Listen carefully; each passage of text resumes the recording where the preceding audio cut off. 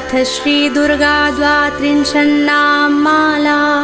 दुर्गा दुर्गार्तिशमनि, दुर्गा पद्विनिवारिणि, दुर्गमच्छेदिनि, दुर्गसाधिनि, दुर्गनाशिनि, दुर्गतोद्धारिणि, दुर्गनिहन्त्रि, दुर्गमापः, दुर्गमज्ञानदा, दुर्गदैत्यलोकदवानला, दुर्गमा दुर्गमालोका, दुर्गमात्मस्वरूपिणी, दुर्गमार्गप्रदा, दुर्गमविद्या दुर्गमाश्रिता, दुर्गमज्ञानसंस्थाना, दुर्गमध्यानभासिनी, दुर्गमोहा दुर्गमगा, दुर्गमार्थस्वरूपिणी, दुर्गमासुरसंहन्त्री, दुर्गमायुधधारिणी, दुर्गमांगी दुर्गमता, दुर्गम्या दुर्गमेश्वरी, दुर्गभीमा दुर्गभामा,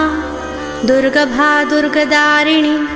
नामावलीमिमाङ्ग्यस्तु दुर्गाया मम मानवः, पठेत् सर्वभयान्मुक्तो भविष्यति न संशयः। ॐ